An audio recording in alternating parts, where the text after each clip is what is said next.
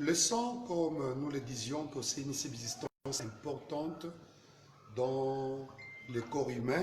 Sans le sang, aucune personne ne peut vivre.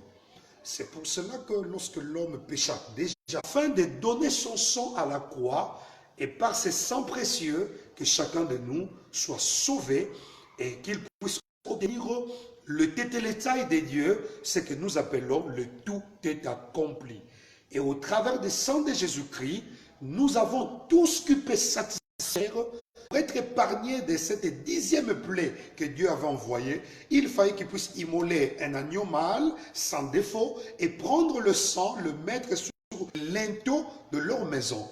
Bien-aimés dans le Seigneur, si le sang d'un animal placé dans les linteaux de maison pouvait faire en sorte que les enfants d'Israël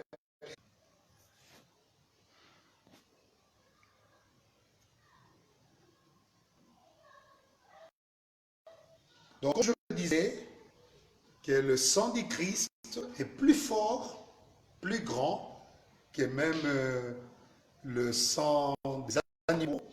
Voilà pourquoi par le sang de Jésus, nous sommes plus que vainqueurs. Je dis à ceux qui sont dans des maisons, malgré dans les confinements, sachez-le que vous pouvez invoquer le sang du Christ sur vos maisons et que l'ange destructeur qui est en train de passer, qui détruit des familles par cette pandémie, vous pouvez échapper de ces mal au travers de la puissance de ce sang.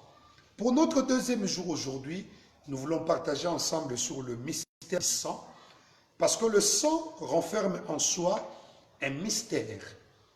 Le mystère, c'est quelque chose de caché qu'on révèle à un disciple.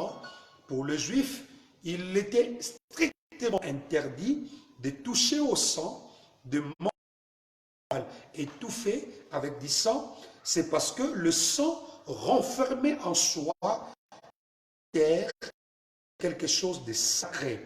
Et dans le monde spirituel, vous devez savoir que dans le monde spirituel, donc le sang a un pouvoir mystérieux